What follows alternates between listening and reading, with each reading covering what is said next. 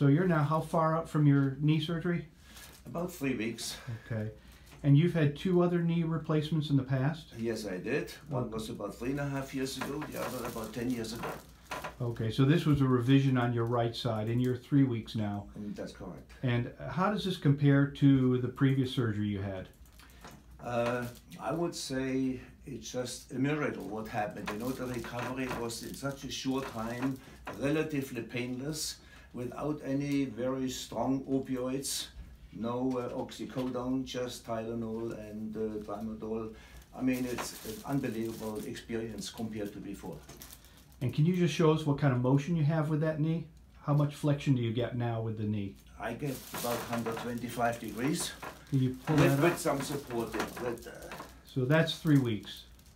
I had actually 125 degrees after 10 days already.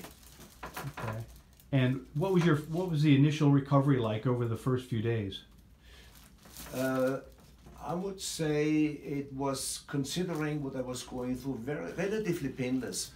I was using, of course, the flex machine, which probably helped also, you know, to improve the range of motion, but was relatively easy because like 4 days after surgery, I walked without any support. Okay. Well, you've certainly done the work. Well, you did it. All right, thank you.